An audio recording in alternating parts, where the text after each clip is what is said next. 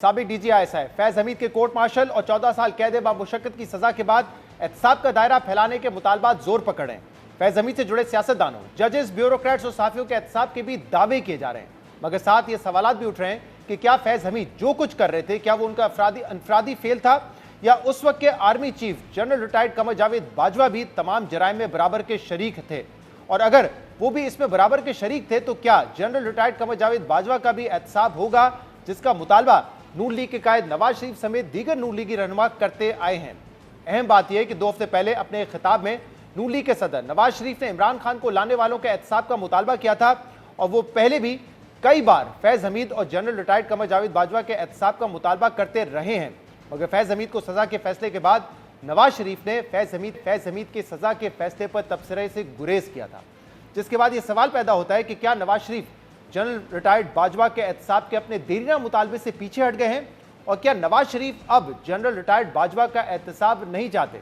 वही नवाज शरीफ जिन्होंने खुद अक्टूबर 2020 में सबसे पहले जनरल रिटायर्ड बाजवा का नाम लेकर इल्जाम लगाया था कि उन्हें निकालने में और इमरान खान को लाने में सबसे बड़ा हाथ जनरल रिटायर्ड बाजवा का है। नवाज शरीफ ने कहा था कि जनरल बाजवा साहब, आप ही तमाम मसाइल की वजह हैं, आप ही ने अरकान पार्लियामेंट की खरीदो फरोख्त शुरू की, जजेस पर दबाव डालकर फैसले लिखवाए और इलेक्शन चोरी करके इमरान खान को अवाम पर मुसल्लत किया। जनरल बाजवा साहब, आपको इसका जवाब देना होगा। इमरान नियाजी की इस नाअहल हुकूमत की तबाहकारियों का कौन जिम्मेदार है?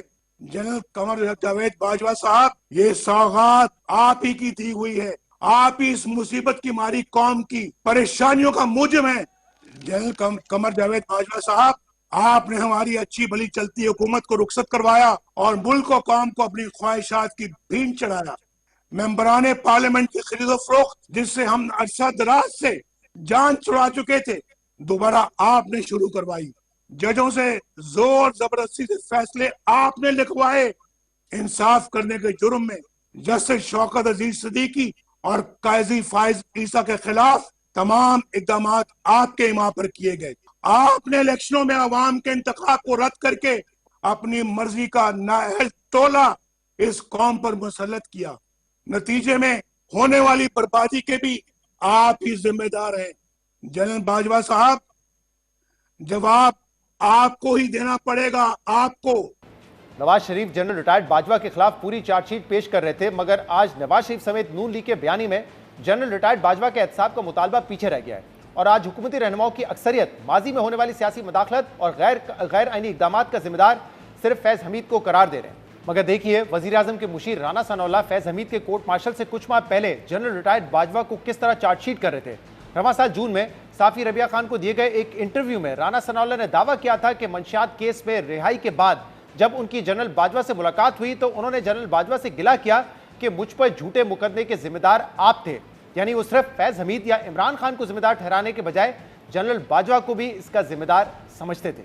ये तो थे माजी के बयान, जहां नून लीग जनरल रिटायर्ड बाजवा के किरदार पर तनकीद करके उनके एहतसाब की बात करती थी, जबकि अहम बात यह कि फैज हमीद के सजा के फैसले के बाद भी वजीर दिफा ख्वाजा आसिफ ने जनरल बाजवा पर इल्जाम लगाते हुए कहा कि फील्ड मार्शल आसिम मुनीर की तैनाती रुकवाने के लिए जनरल रिटायर्ड बाजवा ने दबाव डाला था और टेक ओवर की धमकियां भी दी थी।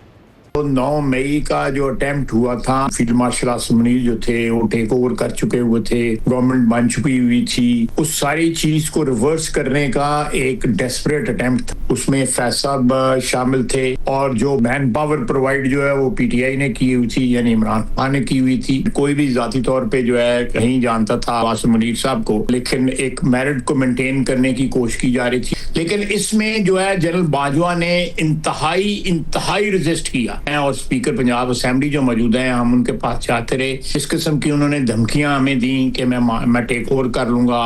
फिर ये भी कहा कि मुझे पार्शली जो है वो रख लें और एक्सटेंशन दे दें। अब जनरल फैज हमीद माजी में भी कह चुके हैं कि मैं तो मेजर जनरल था उस वक्त, और मेजर जनरल बगैर क्या इदारे की पॉलिसी के कुछ कर सकता है, तो जनरल बाजवा के बगैर तो नहीं कर सकते थे। तो अगर मामला सिर्फ 9 मई और इमरान खान सिविलियन लीडर तक ही जाना है या फिर बाजवा तक भी जाएगा? मैं फिर स्पेकुलेट नहीं करूंगा, लेकिन डेफिनेटली मामला जो है किसी भी एक्सटेंड जा सकता है। वजीर दिफा ख्वाजा आसिफ साबिक आर्मी चीफ पर संगीन इल्जामात लगा रहे थे, इसलिए अब देखना होगा कि आने वाले दिनों में क्या एहतसाब का दायरा जनरल रिटायर्ड कमर जावेद बाजवा तक भी फैलता है या नहीं, क्योंकि एस्टैब्लिशमेंट से करीब समझे जाने वाले सेनेटर फैसल वावड़ा तो वाजे कर चुके हैं कि जनरल रिटायर्ड बाजवा का ट्रायल नहीं होगा क्योंकि इन मामलात में उनकी शमूलियत नहीं बल्कि सिर्फ इनकॉम्पिटेंस और नेग्लिजेंस साबित हुई है।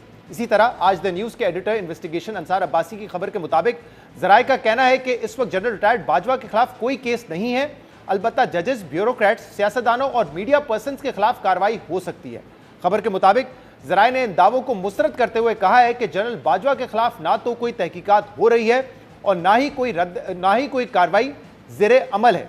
बाज़ हलकों में फैलाई जाने वाली ये चमकगोइयां बेबुनियाद हैं। जराये के मुताबिक फौजी एहतसाब का वो अमल जिसके नतीजे में जनरल फैज को सजा हुई मुकम्मल तौर पर शवाहिद की बुनियाद पर था और सिर्फ उनके इंफरादी इकदाम तक महदूद रहा, जबकि इस केस में साबिक आर्मी चीफ को जोड़ने वाला कोई मवाद मौजूद नहीं है।